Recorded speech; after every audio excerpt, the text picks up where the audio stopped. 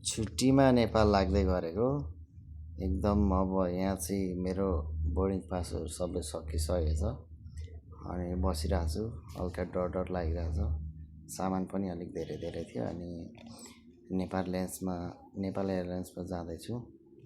अनि प्लेनभित्र गइसकेको छौँ खासै राम्रो चाहिँ लागेन नेपाल एयरलाइन्स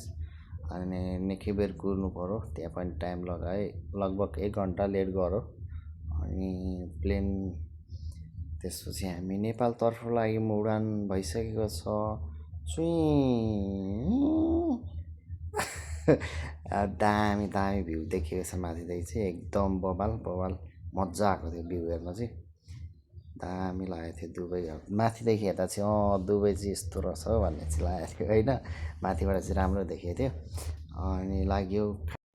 अनि सुतिसक्दा एकछिनमा त नेपाल पुगेछ नेपाल पुगिसकेपछि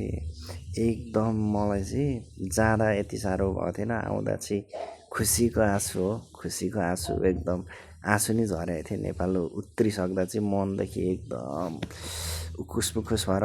अब नेपालको सिस्टम यस्तै हो लाइनमा बस्यो गलेर मान्छे कतिखेर रुममा पुग्ला भएको छ गलेर लाइन यत्रो छ सिस्टमै छैन यहाँ नेपालको पुलिसहरू कसैलाई पनि इज्जत रेस्पेक्ट गरेर बोल्दैन फेरि एकदम बाहिर कन्ट्री हुँदै कस्तो रेस्पेक्ट गर्छ जो ठुलो सानो जोसुकै होस् यहाँ त्यस्तो छैन त्यसपछि चेकिङ भइसक्यो चेकिङ भएर म चाहिँ रुमतर्फ लागिसकेको छु हस् त बाबाई आजको लागि यति नै चल्देको छ्यातर